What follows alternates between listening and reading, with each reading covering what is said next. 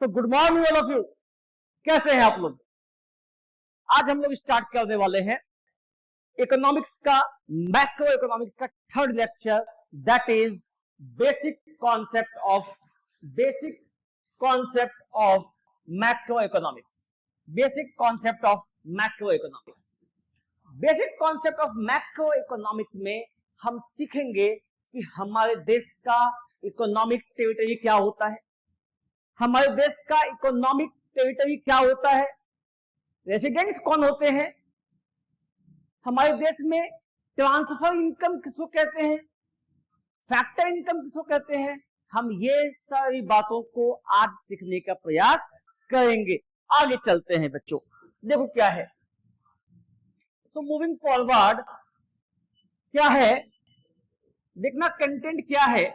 The first one is domestic territory और economic territory. Domestic territory बोलो या economic बोलो, एक ही बात है। डोमेस्टिक टेरिटरी कहेंगे या इकोनॉमिक बोलेंगे, एक ही बात है। Next one is normal resident, third one is factor income and transfer income, fourth one is final goods and intermediate goods, fifth one is consumption good and capital good, and last one is gross investment and net investment. ये 6 topics पे आज हम चर्चा करने वाले हैं। ये 6 topics पे आज आपकी चर्चा होने वाली है। सो मूविंग फॉरवर्ड हम लोग बातचीत करेंगे एक एक करके कि डोमेस्टिक टेरिटरी होता क्या है sir. What is domestic territory? देखो बेटे क्या होता है, समझो मान लो कि ये इंडिया है, ठीक है, और इंडिया है तो क्या होगा, समझो बात को। जो ये पॉलिटिकल मैप है, this is the political map. अब इसमें क्या क्या हम ऐड करेंगे, हम इसमें ऐड करेंगे जो हमारे एम्बेसीज बाहर रहते हैं, मीन्स एम्बेसी के ऑफिसेस, एम्बेसी के ऑफिसेस जो बाहर है, जो एम्बेसी के ऑफिसेस बाहर है, मीन्स क्या हुआ, देखो एम्बेसी क्या होता है sir, what is embassy? Embassy का मतलब क्या होता है सर? एम्बेसी होता है, जैसे फॉर एग्जांपल अभी ईरान और इजराइल में युद्ध हो गया, हमारे देश से कई बच्चे ईरान में फंसे हुए हैं, कई बच्चे इजराइल में फंसे हुए हैं। क्यों? वहां घूमने के लिए गए हैं, हो सकता है कुछ लोग वहां पे स्टडी करने के लिए गए हुए हैं, हो सकता है कुछ लोग मेडिकल ट्रीटमेंट के लिए गए हों। तो वहां पे जब लोग जाते हैं, वहां पे उनसे कोई दुर्व्यवहार हो गया, कुछ घटनाएं हो गई, तो वहां की सोसाइटी तो उस देश की है, वहां का सोसाइटी, वहां का पुलिस तो उसी देश का है, तो ये किसको कंप्लेन करेगा, कौन सुनेगा इसका? सरकार कौन है इसकी? तो ये क्या है, एम्बेसीज क्या करते हैं, इनका नंबर, एम्बेसीज का नंबर इनके पास होता है 24/7। ये क्या करते हैं, अपने लोगों के कांटेक्ट में होते हैं। कोई भी दिक्कत है आप डायल कीजिए और बात कर सकते हैं एम्बेसी से, और you will get the proper solution. Now what happened, see here. अब क्या होता है, ये जो एम्बेसी है प्लस हमारा एयरक्राफ्ट, हमारा शिप,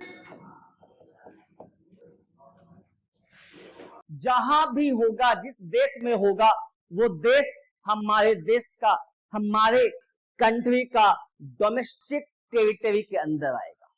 बात समझना, हमारा जो कंट्री है उस कंट्री में हमारा एम्बेसी जहां जहां होगा, पूरी दुनिया में 193 देश है, और हमारा करीब करीब हर देश में एम्बेसी है।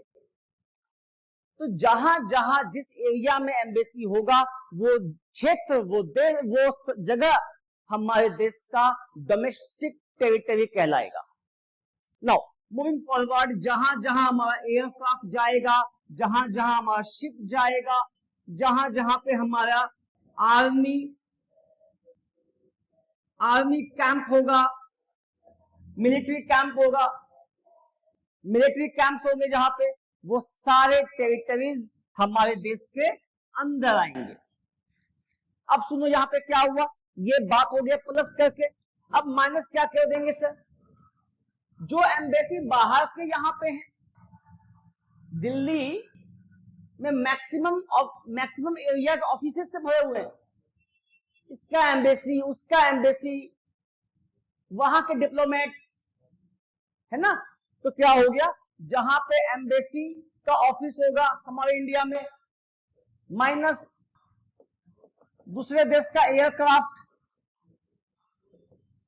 दूसरे देश का ship, and then military establishment,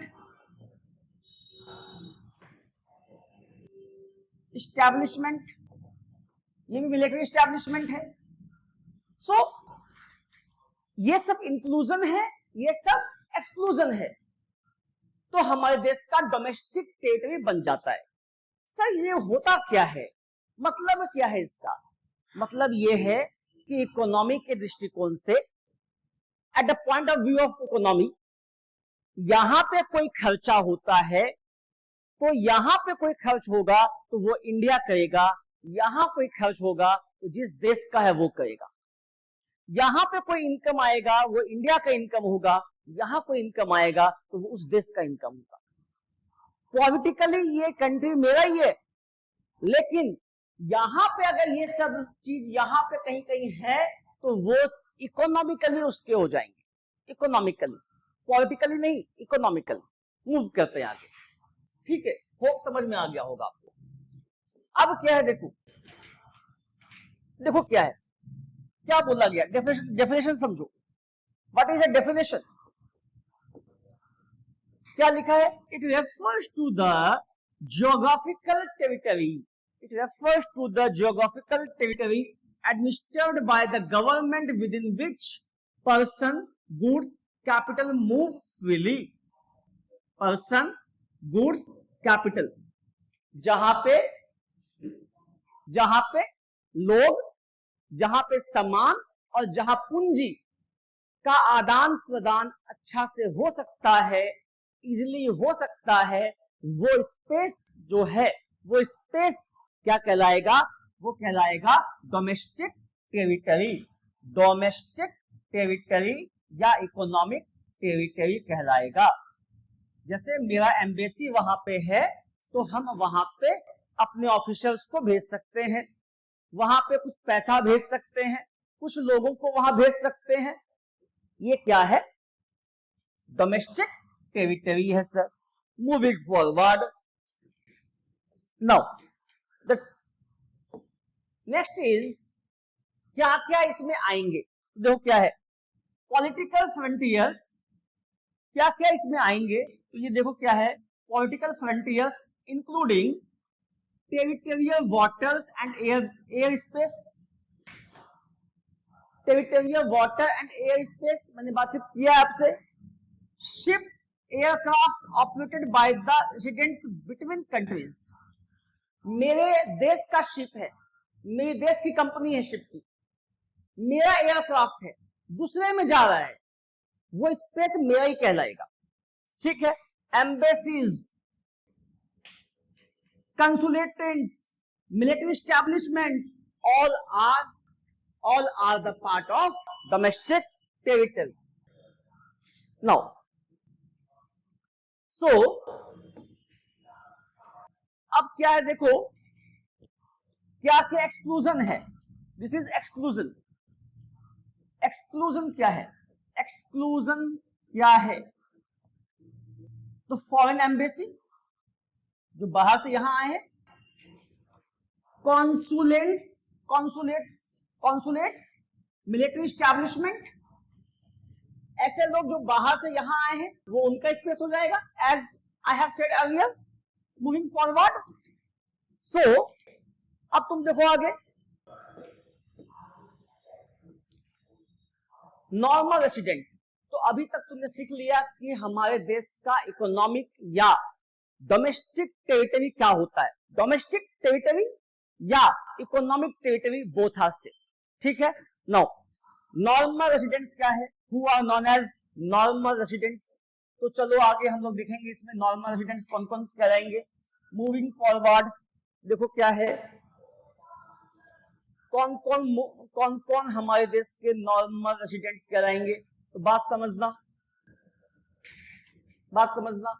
कौन कौन हमारे देश का नॉर्मल रेसिडेंट कहलाएगा? तो बात समझना, मैं क्या कह रहा हूं, कोई भी पर्सन या इंस्टीट्यूशन,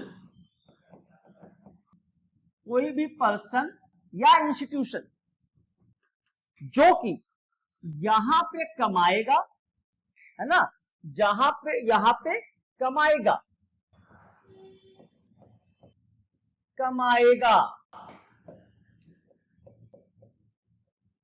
खाएगा और खर्चा करेगा, ये तीन चीज करेगा, कमाएगा, खाएगा और खर्चा करेगा।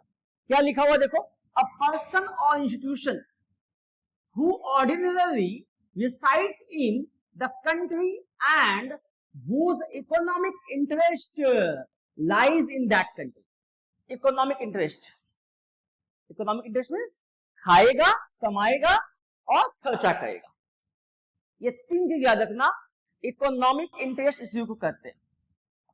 जो यहां पे रहता है, जैसे मेरा इकोनॉमिक इंटरेस्ट यहां पे है, मैं यहां कमाता हूं, खाता हूं, खर्चा भी करता हूं, ठीक है।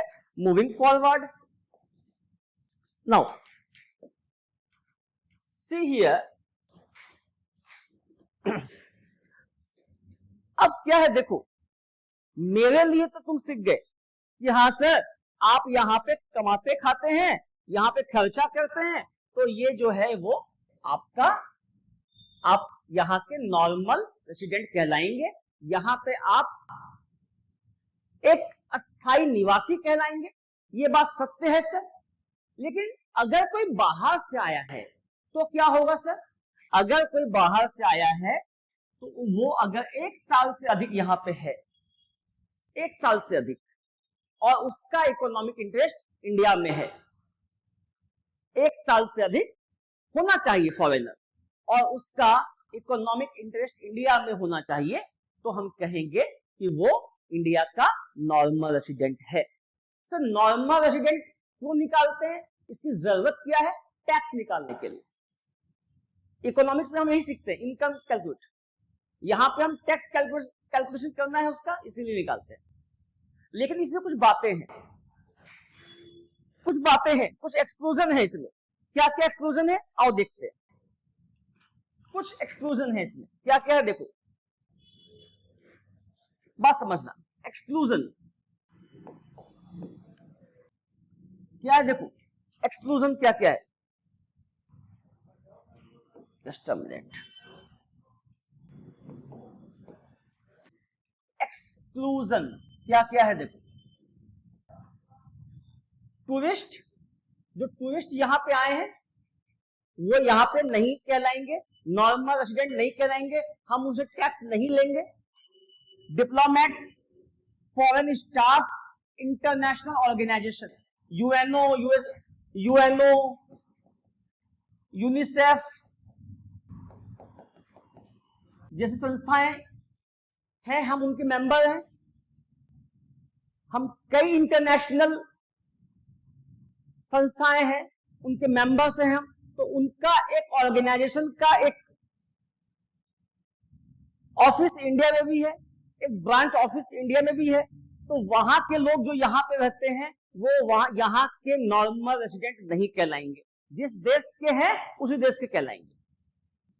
मान लो कोई चाइना का यहां रहता है, चिंगहोंग, वो यहां का नहीं कहलाएगा, वो चाइना का कहलाएगा, ठीक है। Moving forward, so moving forward,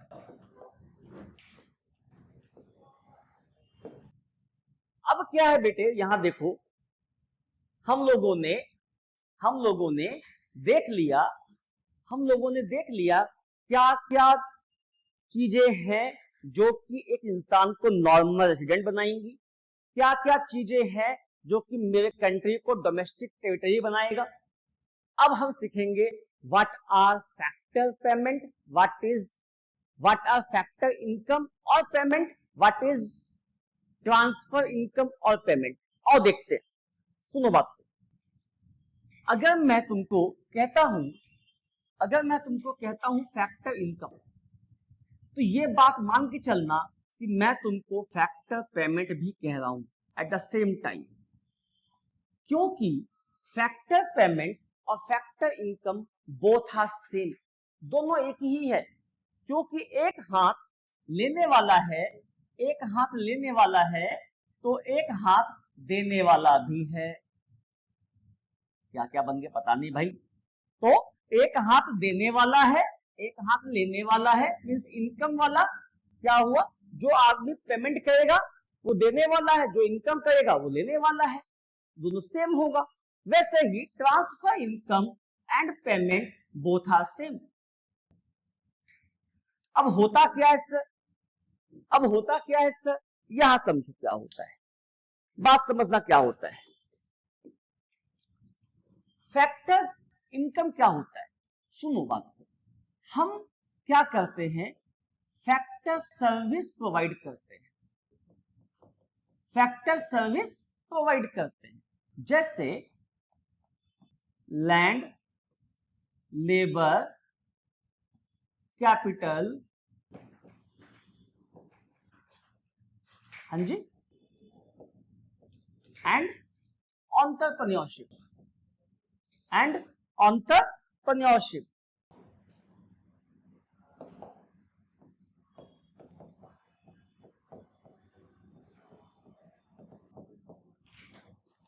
जमीन, भूमि, श्रम, पूंजी और रिस्क, उद्यम।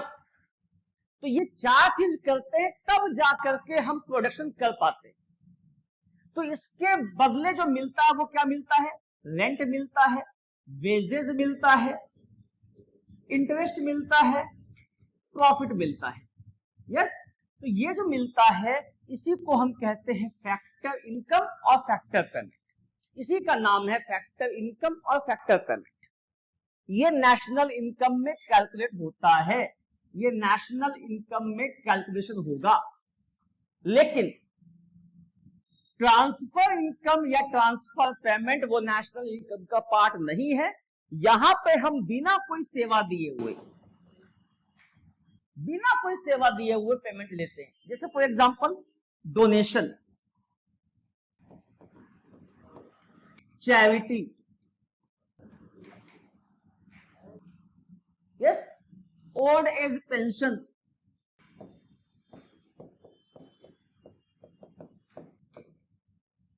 ठीक है। ये सब बातें जो है वो नेशनल इनकम की बातें नहीं होती है। हम एक तरफा दे रहे हैं ना, सिंगल हैंडेड है। इसको बोलते हैं यूनिलैटरल पेमेंट्स।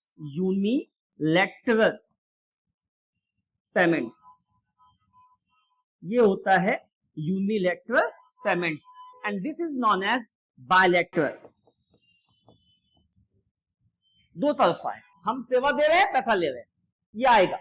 हमने कोई सेवा नहीं दिया लेकिन तुमने दिया पैसा, ये नहीं आएगा, नेशनल इनकम में कैलकुलेट नहीं होगा। ये सिर्फ ट्रांसफर हुआ पैसे का, यहां पे कोई भी वैल्यू एडिशन नहीं हुआ, कोई वृद्धि नहीं हुई नेशनल इनकम की। ठीक है, आगे मूव करते हैं। सो आओ देखते हैं क्या है। सेम बात है, देखो, income received for rendering factor services like land, labour, capital, enterprise, ये क्या हो जाएगा, फैक्टर इनकम। ठीक है, एग्जांपल में wages, rent, interest, profit. Okay, moving forward now. अब क्या देखो, क्या लिखा है, देखो यहां पे क्या है, ये फैक्टर, ये सॉरी, ये क्या है, ट्रांसफर इनकम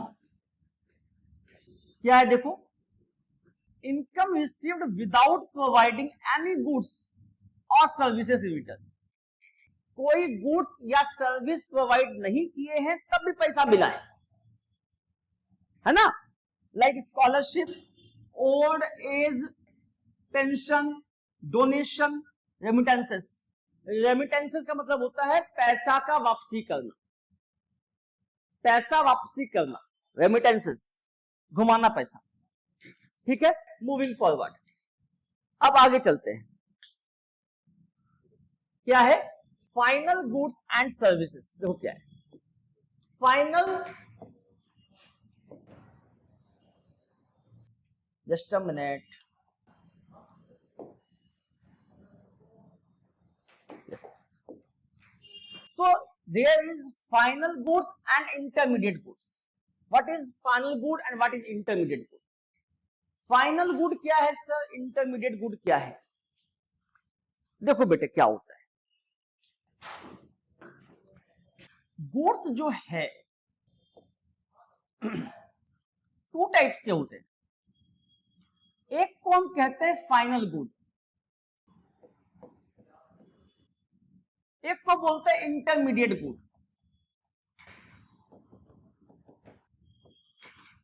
ठीक है, फाइनल गुड क्या होता है, जो फाइनल कंजम्पशन के लिए जाएगा। यहां दो बातें हो जाएंगी, यहां देखना बात, फाइनल गुड्स को दो लोग यूज करेंगे। एक फाइनल गुड को जो यूज करते हैं उसका नाम है हाउस होल्ड, उसका नाम है हाउस होल्ड। जो फाइनल गुड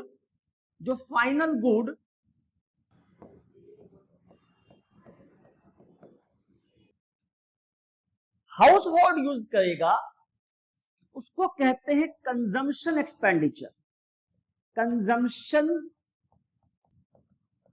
एक्सपेंडिचर।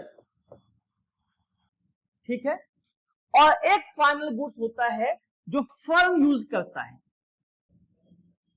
उसको हम कहते हैं इन्वेस्टमेंट, हम उसे कहते हैं इन्वेस्टमेंट।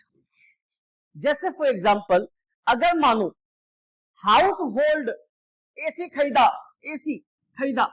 फाइनल गुड, तो वो क्या कहलाएगा, कंजम्पशन एक्सपेंडिचर। एक फर्म ने खरीदा एसी, फर्म क्यों खरीदेगा, कमाना व्यू है ना उसका, फर्म का व्यू कमाना होता है, इसीलिए क्या है वो उसके लिए इन्वेस्टमेंट है। मेरी बात समझना फिर से। अब मैं आता हूं फाइनल गुड्स होता क्या है, पहले ही समझो। ऐसा गुड्स जिसपे कि वैल्यू एडिशन करना अब संभव नहीं है या करना नहीं चाहते हैं। The goods which has come outside the goods which has come outside the boundary of production, ऐसा गुड्स जो कि बाउंड्री लाइन ऑफ प्रोडक्शन से बाहर निकल गया। जैसे फॉर एग्जांपल, मान लो तुमने बाजार से कोई टमाटर खरीदा, घर आए फटाफट कट किए, बनाए, फटाफट बना के खा गए।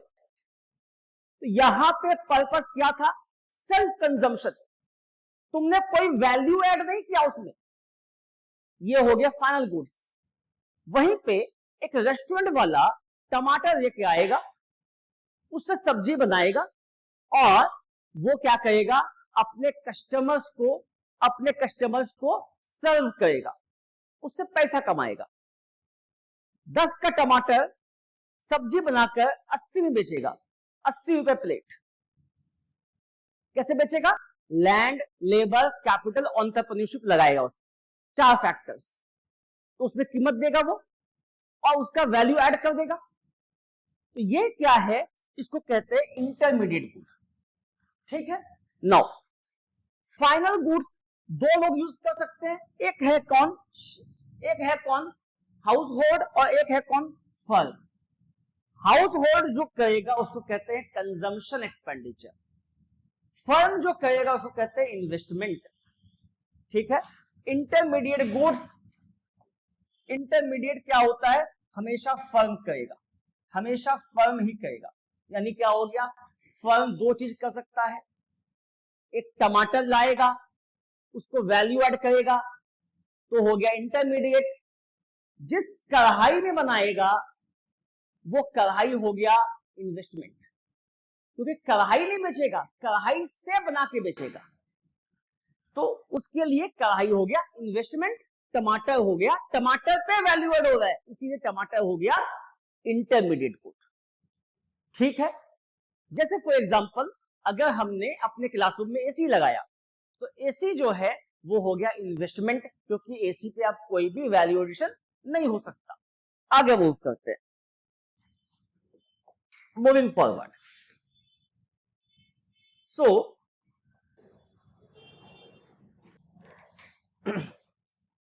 Goods used for final consumption और इन्वेस्टमेंट, मैंने कहा ना तुमको, उसको हम क्या कहेंगे, फाइनल गुड्स कहेंगे। ये नेशनल इनकम में आएगा, फाइनल गुड्स नेशनल इनकम का पार्ट होता है। ठीक है, now example bread brought by house hold, house hold ने ब्रेड खरीदा, सेल्फ कंजम्पशन, ये आएगा नेशनल इनकम में। ठीक है, आगे चलते हैं बाबू। नाउ अब क्या है, देखो goods used for further production और रीसेल, आगे प्रोडक्शन करने के लिए काम आता है। टमाटर से सब्जी बना, ठीक है, तो ये क्या हो गया, intermediate, this is intermediate, intermediate.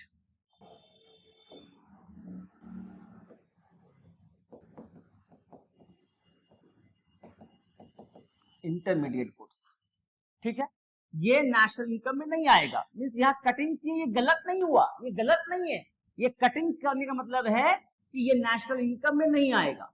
ठीक है, like floor used by bakery, है ना, आटा बेकरी वाला यूज कर रहा है, तो वो क्या करेगा, आटा से ब्रेड बनाएगा तब बेचेगा, इसीलिए। नाउ अब क्या है, consumption good and capital good. Consumption good and capital good में क्या अंतर है, वही बात हो गई। कंजम्पशन गुड जो है वो कहेगा हाउस होल्ड, कैपिटल गुड यानी इन्वेस्टमेंट, इसको इन्वेस्टमेंट भी कहते हैं, ये कौन कहेगा, फर्म कहेगा। दोनों में ही क्या है, देखो दोनों ही फाइनल गुड है, दोनों ही फाइनल है। एक कौन है, एक कौन कहेगा, एक कहेगा हाउस होल्ड और एक कहेगा कौन, एक कहेगा फर्म। ठीक है, moving forward.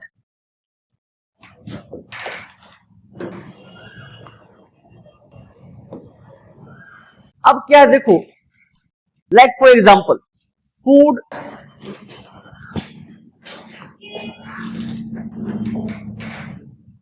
Like for example food,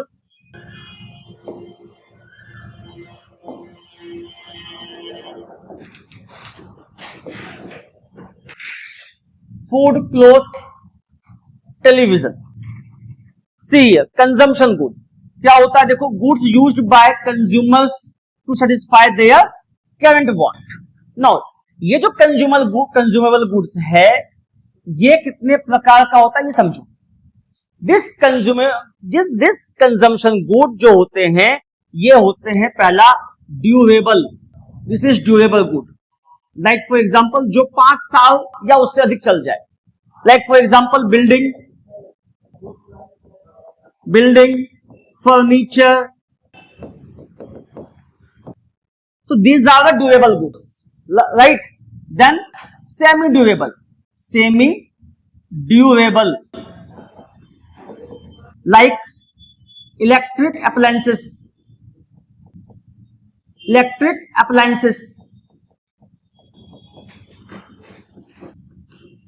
ठीक है। then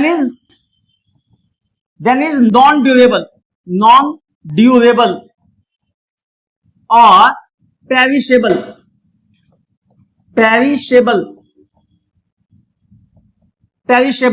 नॉन ड्यूरेबल और पेरिशेबल, जैसे फॉर एग्जांपल मिल्क, स्वीट्स,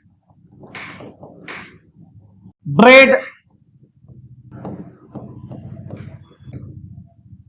तो ये क्या है,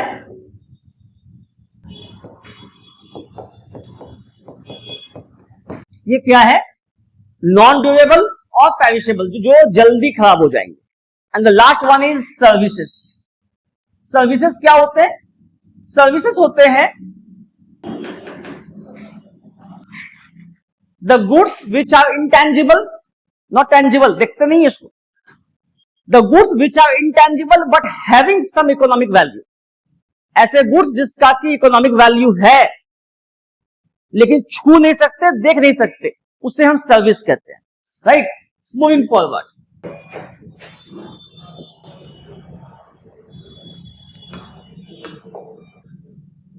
नो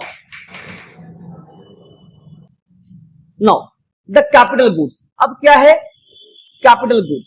क्या होता है ये कैपिटल गुड? कैपिटल गुड क्या होता है? जो फर्म यूज करेंगे, जो फिनिश गुड्स है, goods used by production of other good, goods used in the production of other good, machine, right, कढ़ाई टमाटर के लिए, सो क्या हो गया? Machines, tools, equipment, right. Now the thing is gross investment and net investment. ये क्या होता है? What is this? ये क्या होता है? ये क्या होता है sir? Gross investment and net investment. See, जब भी हम कोई निवेश करते हैं, कोई इन्वेस्टमेंट करते हैं, तो कैपिटल गुड्स खरीदते हैं। तो कैपिटल गुड्स जो खरीदे, जो मेरे पास कैपिटल गुड्स था ओपनिंग में, मींस लास्ट ईयर से आया, और इस साल के अंत में जो कैपिटल गुड्स हुआ, लाइक फॉर एग्जांपल मेरे पास मान लो 50 लाख रुपए की संपत्ति थी और इस साल मेरे पास 60 लाख रुपए की संपत्ति है, तो 60 lakh minus 50 lakh is equal to 10 lakh, that is the investment. Closing stock of capital good minus opening stock of capital good is known as investment. तो क्या हो गया? कैपिटल गुड क्या है? कैपिटल गुड क्या होता है? Closing investment. जैसे फॉर एग्जांपल मैं आपको कह रहा हूं, क्या हो, देखो इन्वेस्टमेंट क्या होता है? इन्वेस्टमेंट क्या होता है sir? Closing stock of capital good minus opening stock of capital good.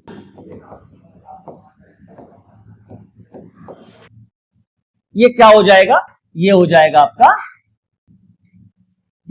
आपका इन्वेस्टमेंट।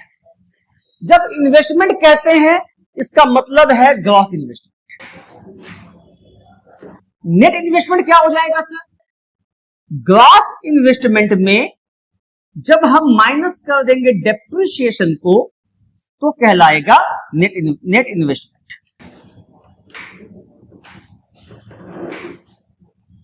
यस, इसी का उल्टा कर दोगे। अगर तुमको नेट दिया हुआ है और जीआई निकालना है, तो जीआई इक्वल टू हो जाएगा net investment plus depreciation. The VRLT है, जो मशीन है वो खियाएगा ना, खराब होगा ना, उसकी वैल्यू डाउन होगी ना, तो वो क्या करते हैं? इन्वेस्टमेंट में लेस कर देते हैं डेप्रिसिएशन को। इसे हम कंजम्पशन ऑफ फिक्स्ड कैपिटल भी कहते हैं। डेप्रिसिएशन का एक और नाम है। जब डेप्रिसिएशन स्कूल में पढ़ने के लिए गया था, तो उसके पापा ने उसका नाम रखा था कंजम्पशन ऑफ फिक्स्ड कैपिटल। तो ये दो नाम होल्ड करता है, और भी नाम है इसके, बताएंगे आगे, ठीक है। आगे मूव करते हैं। सो सी, ग्रॉस इन्वेस्टमेंट क्या क्या है? देखो, total addition to capital stock in accounting year. मैंने कहा ना तुमको, closing stock minus opening stock, ये क्या होता है? Gross investment. ये क्या करता है? इसमें डेप्रिसिएशन होता है, तो G I equals to net investment plus depreciation, जो मैंने बताया तुमको वही है। आगे मूव करो। सो अब है net investment. What is this? अब ये नेट इन्वेस्टमेंट क्या होता है इससे? ये देखो क्या होता है, actual addition to capital stock, means हम लोग इसमें से डेप्रिसिएशन को लेस कर देंगे, जो किया गया, जो खत्म हो गया उसे हम लेस कर देंगे, right. Formula is net investment equals to gross investment minus depreciation, ठीक है। Moving forward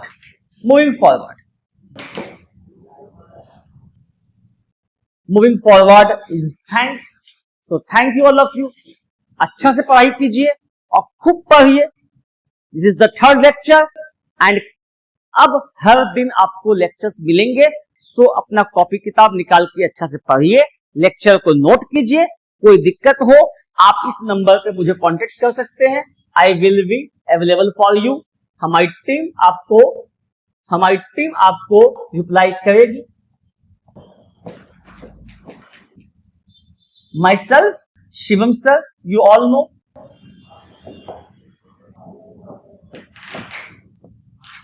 SK Agarwal sir, आप लोग नोट कर लीजिए 8789846465। Yes, thank you all of you. Bye bye.